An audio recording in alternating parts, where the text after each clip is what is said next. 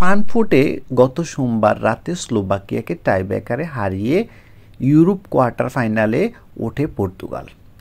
এই ম্যাচে পেনাল্টি শুটআউটের সময় ক্রিস্টিয়ানো রোনালদোর শারীরিক অবস্থা নিয়ে চাঞ্চল্যকর তথ্য দিয়েছিল যুক্তরাষ্ট্রের বিখ্যাত ফিটনেস ট্র্যাকার প্রতিষ্ঠান হোপ। তারা জানিয়েছিল, টাইব্রেকারে পর্তুগালের হয়ে প্রথম শটটি নেওয়ার আগ মুহূর্তেই পর্তুগিজ কিংবদন্তি হৃৎস্পন্দন সর্বনিম্ন পর্যায়ে চলে গিয়েছিল। প্রতি মিনিটে রোনালদোর স্পন্দন বিপিএম 100-এর আশেপাশে ছিল। তবে ওই তথ্য সামনে আসার পরই রোনালদোর বিরুদ্ধে অ্যামব্রোস মার্কেটিং এর অভিযোগ ওঠে। ব্রিটিশ সংবাদ মাধ্যম দ্য টেলিগ্রাফ জানিয়েছে, সাম্প্রতিক সময়ে হুপ প্রতিষ্ঠানে তিনি বিনিয়োগ করেছেন। তাদের বানানো হুপ 4 মডেলের স্মার্ট রিস্টব্যান্ড পরে খেলেছেন রোনালদো।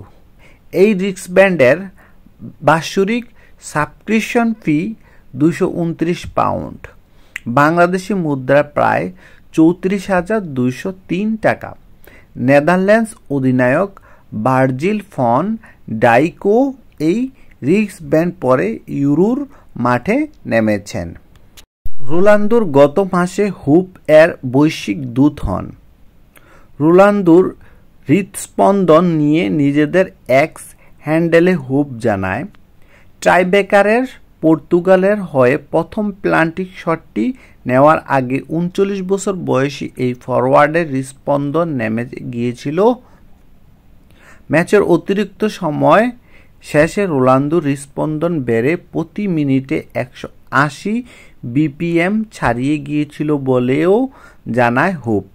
টাইব্রেকারের প্রথম শটটি নেওয়ার আগে সেটি নেমে আসে 100-এর নিচে। টাইব্রেকারে বের্নার্দো সিলভার শটে পর্তুগালের জয় নিশ্চিত হওয়ার পর রোনালদোর হৃৎস্পন্দন আবারও বেড়ে 180 বিপিএম ছাড়িয়ে যায়। তবে ম্যাচের অতিরিক্ত সময়ে প্রথমার্ধের শেষ মিনিটে পেনাল্টি মিস করার সময় রোনালদোর হৃৎস্পন্দন কত ছিল তা জানায়নি হুপ।